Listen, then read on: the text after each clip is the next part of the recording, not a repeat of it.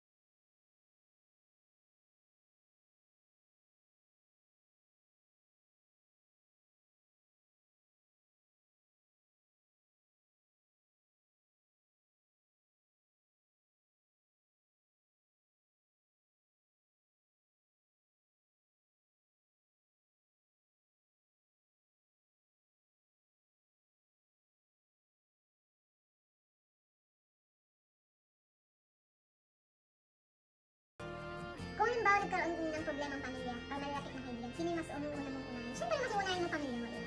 Pamilya is family, family is pamilya, diba? Kahit anong mangyari, family is family. Yan yung magiging sandalan natin. Kahit anong mangyari, pamilya pa din. Sa pamilya pa rin tayo.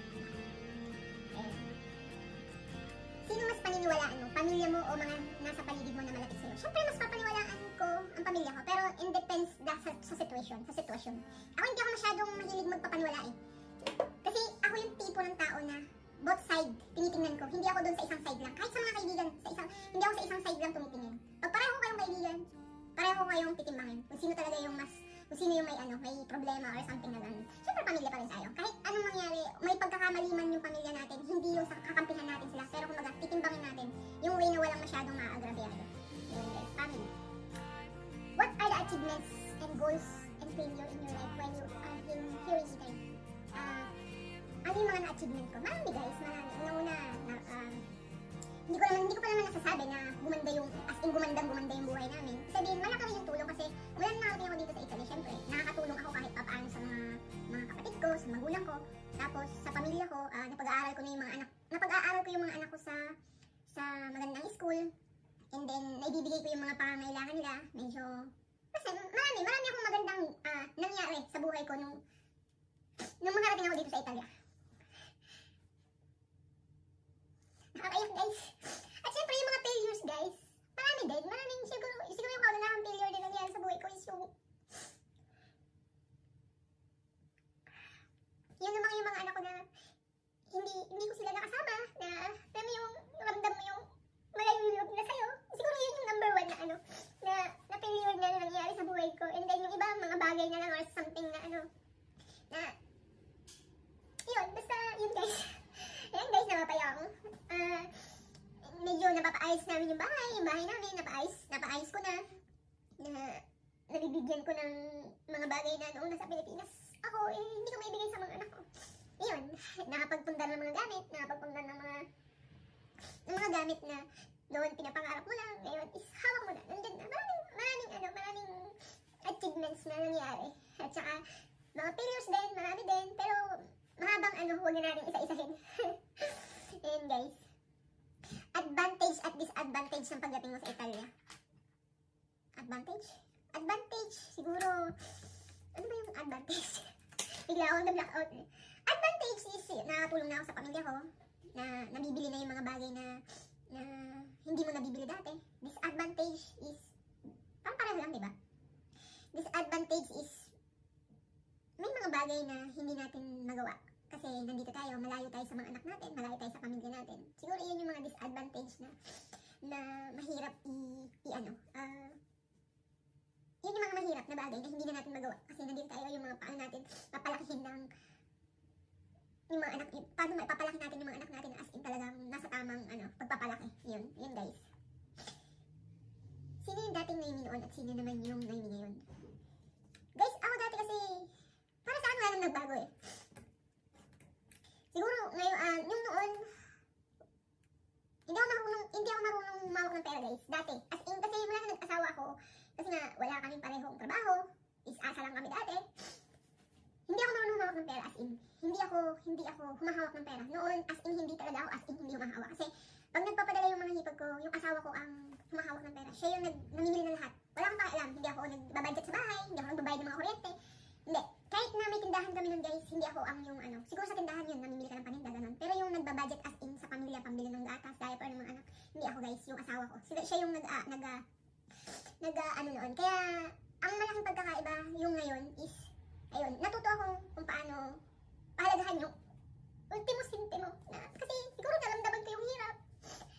Naramdaman ko yung gaano kahirap mawalay sa pamilya na kailangan mo kumita ng pera. Yun, kasi noon, hindi ko naman pinay yung mga gusto ko kasi noon, pante ko, mga lang eh. Kasi wala kang pambili, hindi ka na ang pambili na, bili mo naman hanggang to, ganyan, diba? Ang hirap guys, sobrang, syempre, mas maganda yung buhay na ngayon kasi, although malungkot kasi 8 years, hindi ko kasama yung pamilya ko, hindi ko kasama yung mga anak ko, lumalakas sila na malayo sa akin, kaya sobrang hirap. Ayun guys, grabe! Iyak na. Grabe naman, pinapaiyak ako ng mga tanong. Ayun guys, at saka yung ngayon, noon pangarap ko lang kahit sabi ko kahit na cellphone na merong camera, yun ang pangarap ko dati guys. Pero ngayon, medyo hindi naman tayo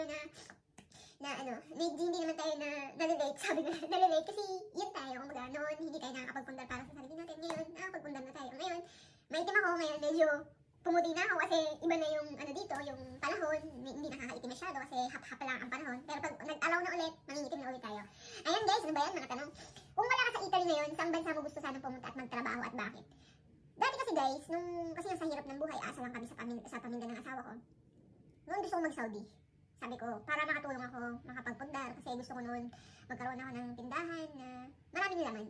Although may tindahan ako dati, is kaunti lang ang laman. Kapag magpapadala yung mga hipag ko, lalagay namin. Pagkatapos nun, pag naubos na ulit yung 1 month, wala nang laman. Alam mo yun? Kaya gusto ko nung makapag-abroad, ipon ng konting puhunan para panimula. Yun. Siyempre, para sa pamilya, diba? Para mapunan mo yung mga pangangailangan ng mga anak mo, hindi asa. Yun, guys. Ano ba dapat tamang kaayusan ng pagpapahalaga sa ating mga pamilya? Ano yun, guys? Para sa akin kasi ako, hindi ko ramdam na pinapahalaga. Diba? Pero guys, ang hirap ng tanong, ang hirap ng mga tanong na to Pero yun, siguro pagpapahalaga sa pamilya, yung lagi naman dyan na kahit gaano ka ka-busy, nandiyan ka pa rin para alamin kung ano yung ginagawa ng mga anak mo.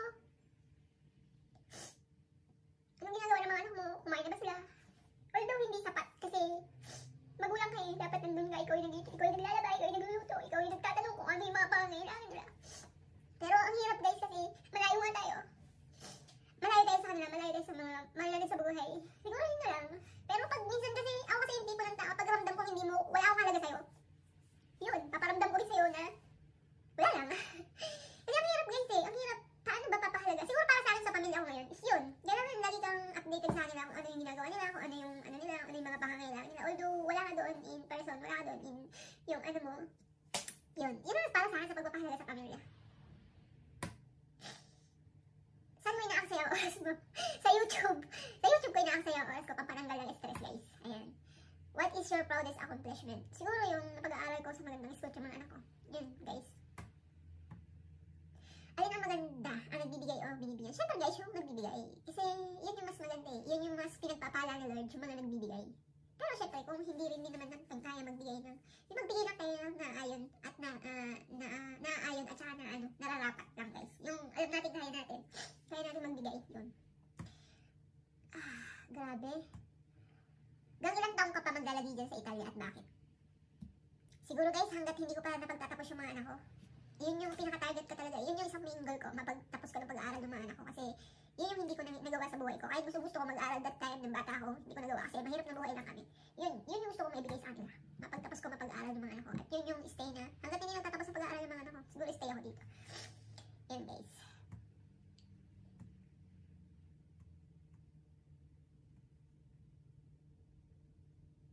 Ano unahin mo? Pamilya o trabaho? Guys, it depends sa situation. Kasi sa sitwasyon ko, hindi naman ako mayamang tao, diba? Kung hindi ako magtatrabaho, wala akong maibibigay sa mga anak ko. Kahit gusto kong umuwi guys, kahit gusto kong bigyan sila ng attention, kahit gusto ko, pag umuwi ako, ano kami? Nga, diba? Asa na naman. Mahirap guys, mahirap mamili sa dalawang sitwasyon na pareho mong kailangan. Napahirap. Pero kung talagang kinakailangan, pamilya, di ba? Kung kinakailangan talaga is pamilya. Bahala na kung anong mangyayari sa Pilipinas. Kung makakapag-aral ba sila o hindi. Di ba? At least, pinili mo sila. Mas binigay mo sa akin yung attention mo. Ayun guys! Yan, napaiyak na ako ng bonggang-bongga guys. Maraming salamat sa mga nag-send sa akin ng mga katanungan. Although, napaiyak ako. Yun guys, siguro isa lang na ko sa buhay natin. Laban lang sa mga nangyayari, laban lang sa sitwasyon natin ngayon. Basta laban lang tayo at huwag natin kakalimutan mag-pray lagi sa kanya, magbigay ng pasalamat sa araw-araw na ginawa niya na binibigay sa atin na hanggang ngayon, ito tayo malalakas, malulusog. Yun lang guys, lagi natin pasalamatan yung mga bagay na binibigay sa atin ni Lord. Ayun guys, maraming salamat sa inyong pagsama sa aking journey na ito. Ang tanong mo ay sagot ko. Siguro naman guys, nasagot ko yung mga katanungan na ibinigay sa akin ng mga friendship ko. Although hindi naman siguro talagang klaro lahat, pero siguro para sa akin is yun na yung pinaka talaga. Hindi naman pinaka, basta yun na yung mga tanong na yun yung mga sagot ko pala guys.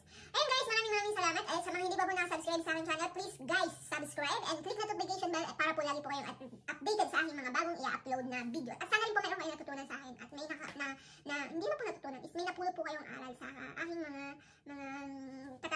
kasagutan. Yun guys, bye-bye! Thank you for watching guys. Bye!